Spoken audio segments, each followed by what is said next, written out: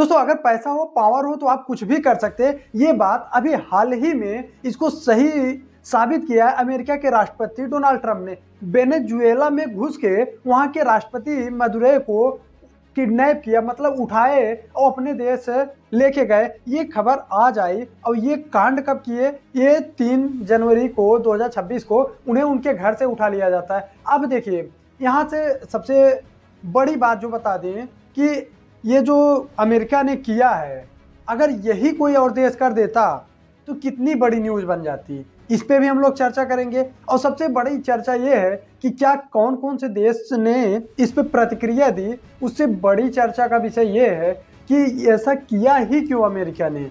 तो चलिए जानते हैं। सबसे पहले ये जानते हैं कि ऐसा अमेरिका ने किया क्यों। अमेरिका ने ऐसा इसलिए किया क्योंकि जो वेनेजुएला है, जिसकी कैपिटल कराकस है, वो दुनिया में सबसे ज़्यादा मात्रा में तेल रखता है। मतलब पूरी दुनिया में सबसे अधिक तेल किसी के पास है तो ये वेनेजुएला है। उसके बाद जैसे रसिया है, रसिया के पास लैंड बहुत ही ज़्यादा है तो उससे भी है। उसके बाद वेनेजुएला है। और ये साउथ अमेरिका, दक्षिण अमेरिका कॉन्टिनेंट, महाद्वीप में स्थित एक कंट्री है। और ये अमेरिका जिसके बारे में हम लोग बात करते हैं यूएसए, ये नॉर्थ अमेरिका मतलब नॉर्थ कॉन्टिनेंट में स्थित एक देश है जिसके बारे में लगभग दुनिया का हर इंसान जानता है, हर बच्चा भी जानता है। तो अमेरिका ने ऐसा क्यों किया कि उस पर हमला किया यहाँ की उसकी संप्रभुता पर आंच लाया, उसके राष्ट्रपति को कैप्चर्ड किया।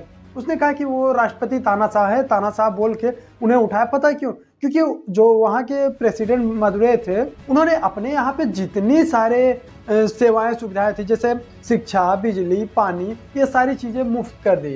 उन्होंने कहा कि ये सारी चीज़ें हम फ्री में देंगे। और जितने सरकार जैसे जितने कंपनियां, ऑयल कंपनियां थी जो ऑयल को निकालती और रिफाइन करके उसे मार्केट में बेचती थी, उसको उन्होंने एक्वायर कर लिया। उन्होंने एक बिल पास किया कि सारी कंपनियां सरकार की होगी, सरकार इससे कमा के और जनता को देगी। इससे बहुत सारे प्रॉब्लम्स आने शुरू हुए। किसको? जो पूंजीपति थे। और पता है कि अगर पूंजीपति नाराज होते तो सरकारें गिरती हैं। तो उसके बाद इसकी वजह से, और जो वहाँ पे तेल ऑयल निकालती थी वो कंपनियां कौन थी? वो कंपनियां भी अमेरिका की ज़्यादातर थी, अमेरिकी मूल की वजह से काफ़ी दिनों से, अभी 4 महीने पहले इस पे झड़प हुई थी। लेकिन वो चलते गया, उस पर बहुत ज़्यादा बातचीत नहीं आगे बढ़ पाई।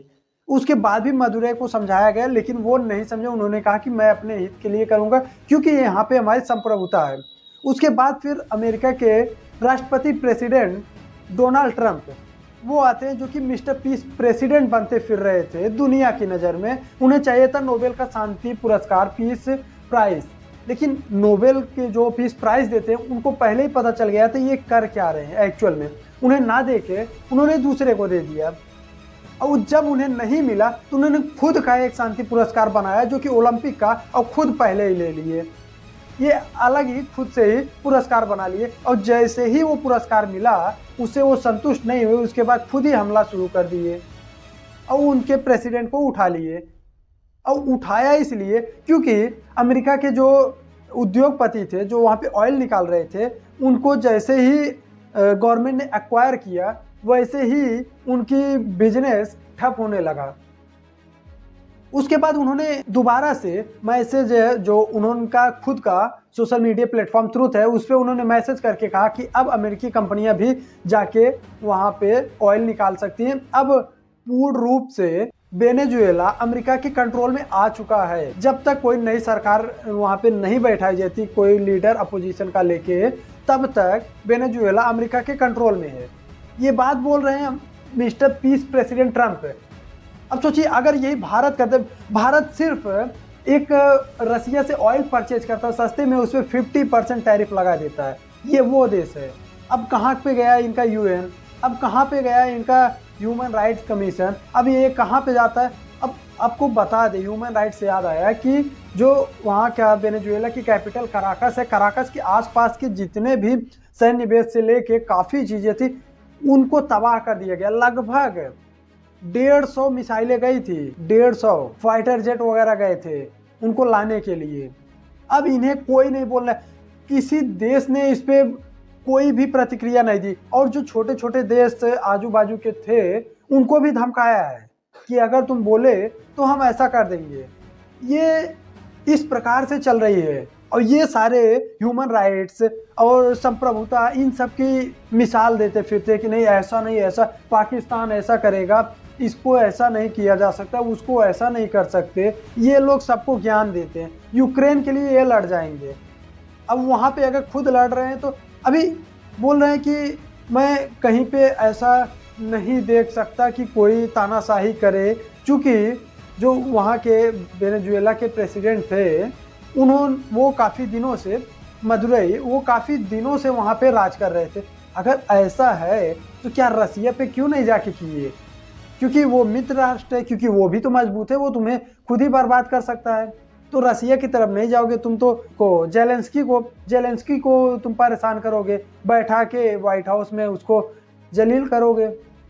ना तो अभी चाइना कोई स्टांस लिया, ना ही रसिया कोई स्टांस लिया, ना ही अभी भारत ने भी कड़े अंदाज में कुछ बोला है। ऐसे ही कल को चाइना उठ के आएगा, ताइवान को कल ही कब्जा कर लेगा, कहेगा कि अब ये मेरा हो गया है। क्योंकि कोई एक तो रास्ता दिखा रहा है ना। और कल को ऐसे ही जो रसिया है, रसिया यूक्रेन को कब्जा कर लेगा, वैसे कर ले, कोई दिक्कत नहीं है। क्योंकि यूक्रेन मर भी इसीलिए रहा है कि किसी दूसरे के सहारे पे था। कोई भी अगर दूसरे के सहारे पे रहेगा तो मरेगा। लेकिन ये इसलिए सबसे ज्यादा महत्वपूर्ण हो जाती आज के डेट में 4 तारीख को।